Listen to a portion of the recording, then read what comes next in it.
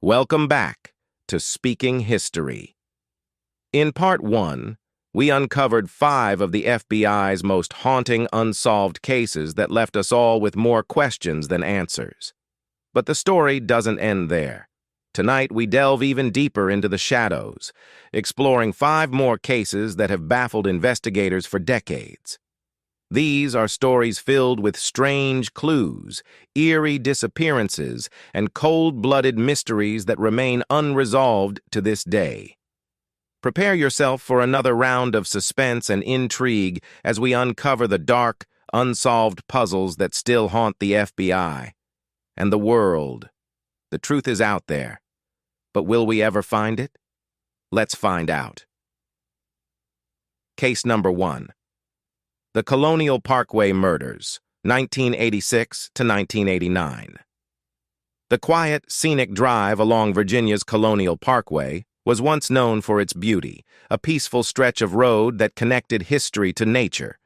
But between 1986 and 1989, this tranquil route became the setting for a string of brutal murders that would send shockwaves through the community and leave the FBI grappling with an unsolved mystery that haunts them to this day. It all began on October 12, 1986, when the bodies of Kathy Thomas and her girlfriend, Rebecca Dowski, were discovered in Kathy's 1980 Honda Civic. Their car had been found pushed down an embankment near the York River, hidden from the road by thick brush. When investigators arrived, they were met with a horrifying scene. Both women had been strangled, and their throats had been slashed so deeply that decapitation was nearly achieved. Despite the violence, there were no signs of a struggle, and nothing had been stolen from the car, leaving investigators with little to work with, except for the chilling knowledge that someone out there had committed this gruesome act. Just a year later, in September 1987, another couple, David Nobling and Robin Edwards, went missing after visiting a secluded lover's lane along the James River. Their bodies were found 3 days later, shot to death. Like the first case, no valuables had been taken, and there were no clear signs of what led to their deaths. The eerie similarities between this case and the Colonial Parkway murders just a year prior sent chills through the investigators. Was a serial killer stalking young couples along these isolated roads? Then, in April 1988, Cassandra Haley and Keith Call disappeared after going on a first date. Their car was found abandoned on the Colonial Parkway, much like Kathy and Rebecca's, but this time, there were no bodies, just empty seats and the lingering feeling of dread. To this day, neither Cassandra nor Keith has been found, leaving a terrifying void in the investigation. With no bodies, the case went cold, but the fear was far from gone. The final known victims came in October 1989, when Anna Maria Phelps and Daniel Lauer disappeared while driving through New Kent County. Their car was found abandoned along the highway, and their decomposing bodies were discovered months later, lying in the woods near a rest area. Both had been brutally murdered, though the cause of death couldn't be determined due to the state of their remains. As the bodies piled up, so did the questions. Was this the work of a single serial killer, a twisted predator who targeted young couples along Virginia's scenic roads? Or were these crimes the result of multiple killers hiding in the shadows, exploiting the parkway's remote stretches? For years, the FBI pursued every lead, but the clues seemed to vanish into thin air. No arrests were made, no suspects were named, and the case remains one of the most baffling, unsolved mysteries in FBI history. Despite technological advances in forensic science, none of the evidence, no fingerprints, no DNA, has led to a breakthrough.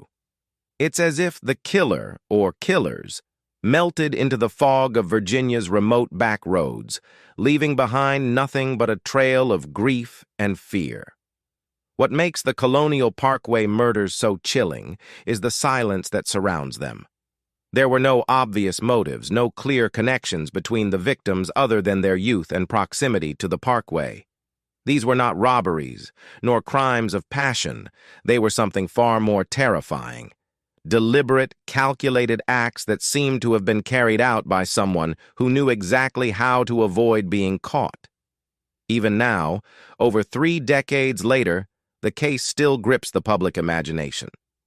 Families of the victims continue to search for answers, while law enforcement re-examines the evidence, hoping that one day they'll find the piece of the puzzle that finally breaks the case wide open. But for now, the Colonial Parkway murders remain shrouded in darkness, an unsolved chapter in the FBI's long history of investigation into America's most chilling mysteries. The question remains, will justice ever be served, or will the Colonial Parkway keep its deadly secrets forever? Case number 2, the West Mesa Bone Collector, 2009. In the heart of Albuquerque, New Mexico, a quiet, unassuming desert stretch held a dark secret, waiting to be uncovered. It was in February 2009 when a simple walk changed everything. A woman out on a stroll with her dog along the West Mesa stumbled upon something horrifying, what seemed like human bones, partially buried in the shifting sands. What followed was a chilling discovery that would unravel one of the most disturbing unsolved cases in modern FBI history: the mystery of the West Mesa Bone Collector. As investigators descended on the scene, they realized the scope of the horror was far worse than anyone had anticipated. Piece by piece, skeleton after skeleton began to emerge from the desolate ground. Over time, 11 sets of human remains were recovered, all belonging to young women, many of whom had vanished from the streets of Albuquerque years prior, between 2001 and 2005. These weren't random disappearances. Most of the victims were sex workers, targeted from the city's dangerous underbelly, where the shadows stretched long and the threats were countless. Each woman had simply disappeared without a trace, leaving behind grieving families and unanswered questions. But here, on the West Mesa, their tragic fates were unearthed. Alongside them lay the remains of an unborn child, further deepening the tragedy and adding to the heartbreak of those left behind. But the biggest mystery wasn't just the identity of the victims. It was the identity of the monster who had done this.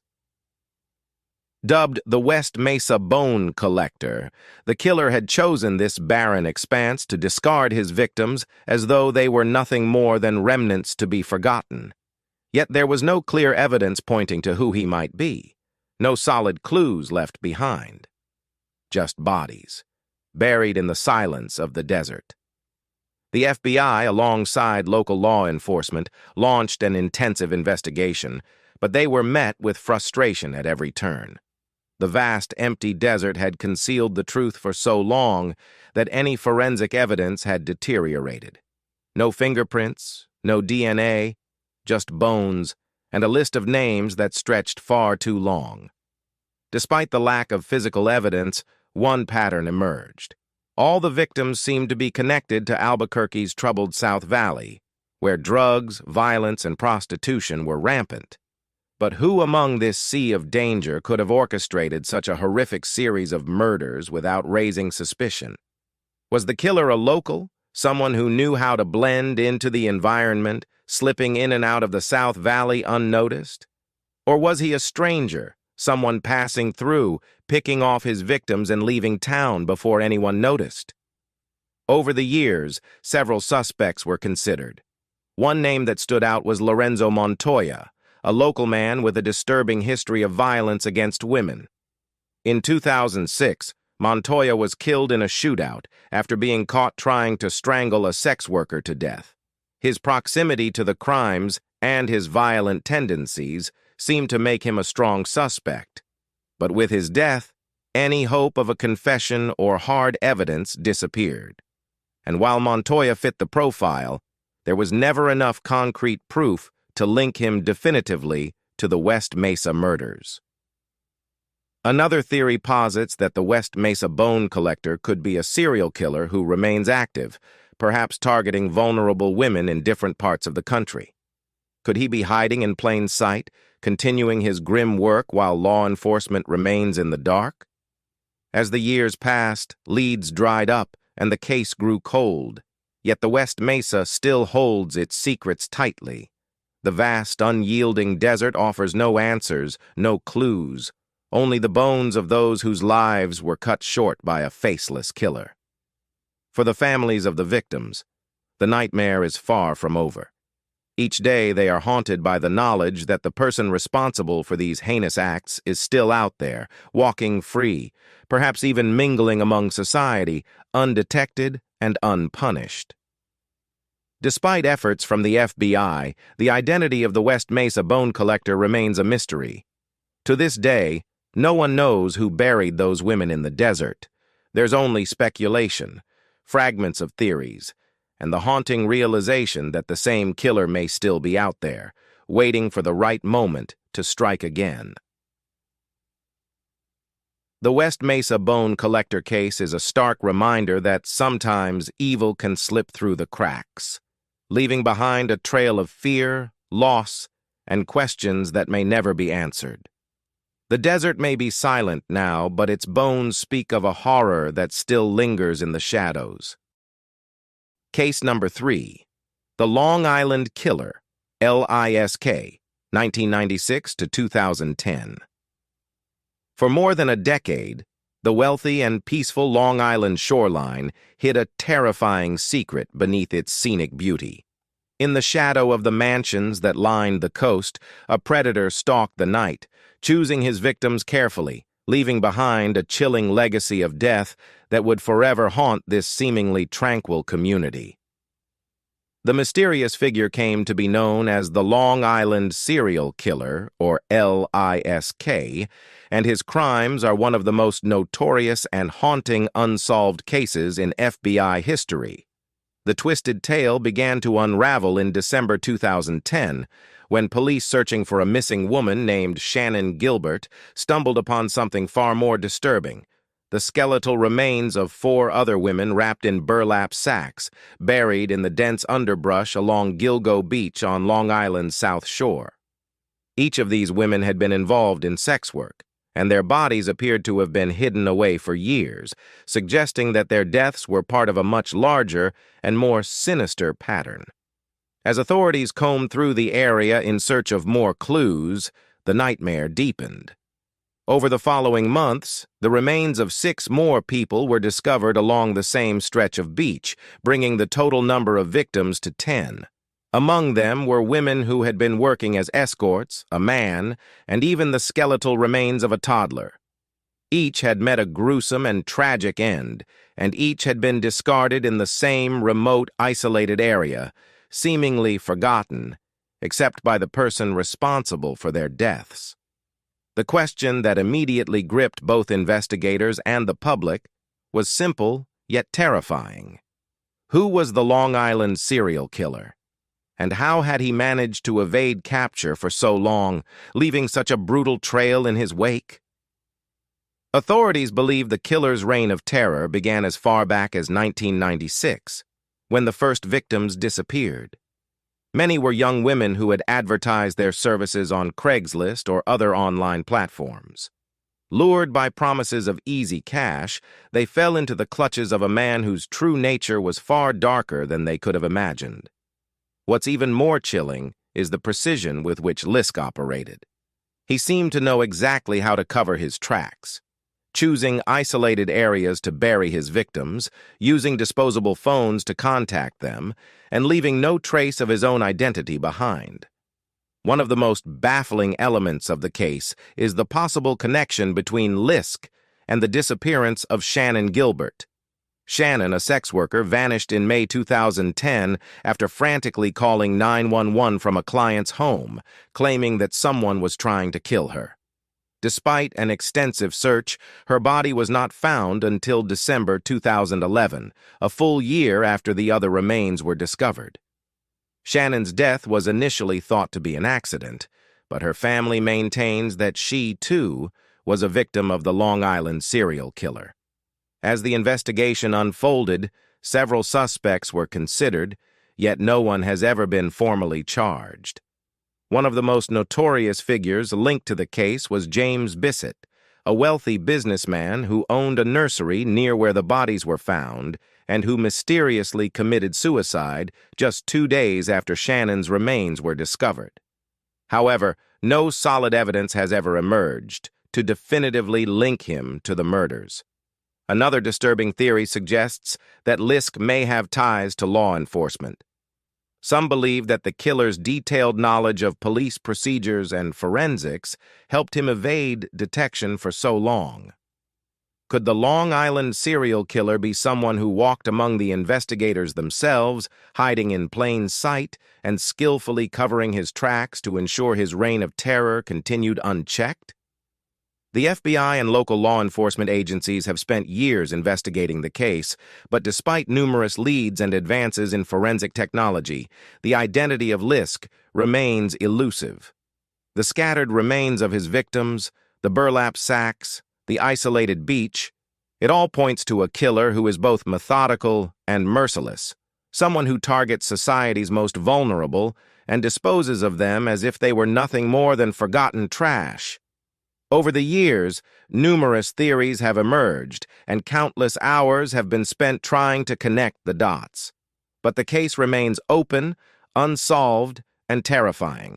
With each passing year, the fear grows that LISK may never be caught, that he might still be out there, lurking in the shadows, waiting for his next victim.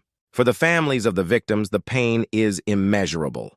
They are left with nothing but the hope that someday someone will uncover the truth, that LISK will be unmasked, brought to justice, and that the long nightmare of the Long Island serial killer will finally come to an end. But until that day comes, the beaches of Gilgo will forever be tainted by the memory of the lives lost and the chilling silence of the killer who still walks free. Case number 4, the Atlanta Ripper, 1909 to 1914. In the heart of the bustling city of Atlanta, a shadow loomed over its streets, leaving a trail of terror and bloodshed that would haunt the city for years. From 1909 to 1914, the city was gripped by a series of brutal murders that would earn the unknown killer the name, the Atlanta Ripper. A sinister figure who left both authorities and citizens living in fear, unable to capture the elusive murderer who preyed upon women, particularly African-American women, with terrifying precision. The murders began quietly, with the first bodies found in the poorer neighborhoods of Atlanta. Initially, no one connected the deaths, assuming they were isolated incidents. But as the number of victims steadily rose, a horrifying pattern began to emerge. By 1911, the city was in a full-blown panic. Reports circulated of young African-American women, all found brutally murdered, their bodies discarded in dark alleys, fields, and empty lots. The killer's method was gruesome, attacking his victims from behind, slashing their throats, and leaving their bodies in plain sight as if to taunt the authorities. What made the Atlanta Ripper particularly chilling was not just the violence of the crimes, but the randomness with which he chose his victims. All the women were of similar age, race, and social status, but they were killed in different parts of the city, making it nearly impossible to predict where the killer would strike next. As the bodies continued to pile up, citizens began to demand answers from the local police force, who seemed powerless to stop the carnage. Despite forming a special task force, the authorities struggled to find clues. With each passing murder, the fear grew, and whispers of the Ripper echoed through the streets. By the summer of 1911, the press had dubbed the killer the Atlanta Ripper, comparing the unknown murderer to Jack the Ripper, whose killing spree in London had terrified the world only decades earlier. The comparison was apt. The Atlanta Ripper seemed to be just as elusive, leaving behind a trail of blood, but no tangible evidence to identify him. Witnesses were scarce, and those who claimed to have seen the killer described him in vague terms, with varying accounts that did little to aid the investigation. In total, it is believed that 15 to 21 women were murdered during the Atlanta Ripper's reign of terror, though some sources suggest the number may be even higher. Many of the victims had been on their way home from work, walking through poorly lit streets when the killer struck. Each time, the killer vanished into the night, leaving behind only fear and devastation. What made this case even more baffling was that it seemed to coincide with the rise of racial tensions in Atlanta. Some believed that the lack of progress in solving the case stemmed from the fact that the victims were African American women, people who, in the eyes of the city's white-dominated power structure, were less of a priority. Despite numerous arrests, no one was ever convicted of the murders, and the case gradually went cold. There were several suspects over the years, but none could be definitively linked to all of the murders. One particularly promising lead came in 1911, when a man named Henry Huff was arrested after being accused by a witness. Huff, a known criminal, had been seen arguing with one of the victims shortly before her death. But with little evidence to support the claim, Huff was released and the killings continued. Another suspect, Todd Henderson, was arrested in 1911 and was even convicted of one of the murders.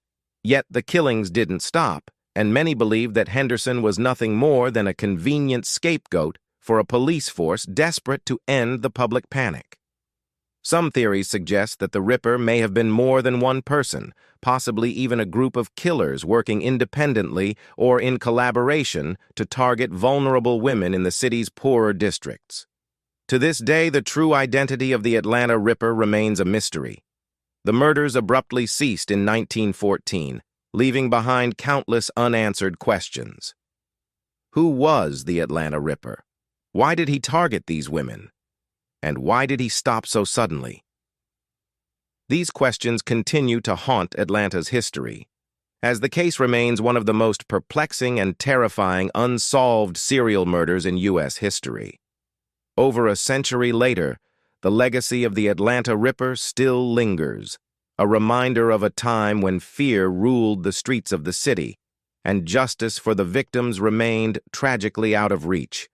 Some believe the truth will never be known, while others hold out hope that new technologies or discoveries could finally unmask the shadowy figure who once terrorized Atlanta. Until then, the Atlanta Ripper remains a dark and unsolved chapter in the annals of American crime. Case number 5. The Yuba County Five, 1978. In the winter of 1978, 5 young men from Yuba City, California, embarked on a journey that would plunge their families into a nightmare of uncertainty and unanswered questions. This bizarre and tragic case, known as the Yuba County Five, remains one of the most perplexing unsolved mysteries in American history, filled with odd twists, eerie coincidences, and a haunting sense of loss.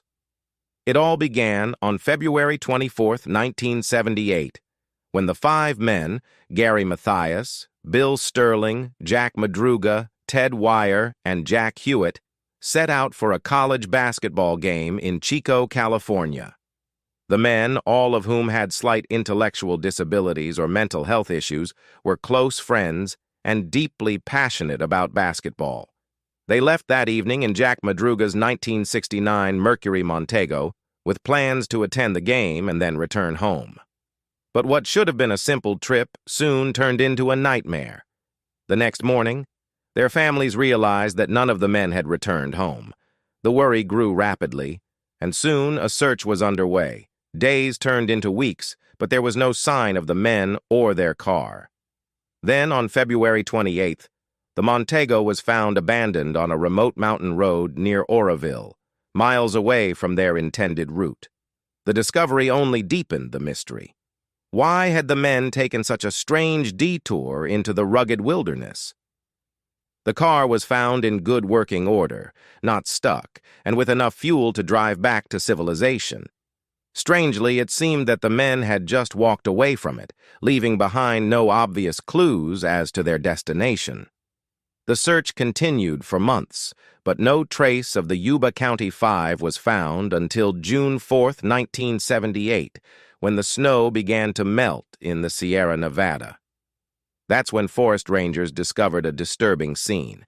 Inside a Forest Service trailer 19 miles from the abandoned car, they found the body of Ted Wire. He was wrapped in several sheets, dead from exposure and starvation, even though the trailer had a storage shed full of food and a propane heater. What was particularly puzzling was that the trailer's window had been broken from the inside, yet Wire had not used the resources available to him to survive.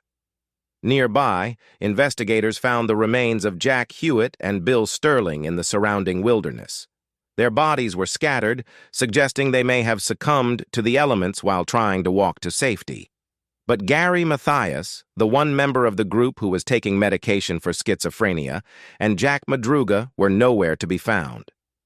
To this day, Mathias remains missing, his fate unknown. The discovery raised more questions than answers. Why had the men abandoned their car and ventured so deep into the wilderness? Why didn't they use the food and supplies in the trailer to survive? And perhaps most hauntingly, where was Gary Mathias? Investigators speculated that the men might have been disoriented or scared, leading them to make irrational decisions. Some theorized that Gary, without his medication, may have experienced a mental breakdown and led the group astray. Others suggested they may have been fleeing from an unseen threat. There were even whispers of foul play, though no evidence ever surfaced to support that claim. Adding to the mystery were strange reports from that fateful night. A witness claimed to have seen the group at a gas station, while another man reported seeing what he believed were the 5 men alongside a woman and baby on the same mountain road where their car was found.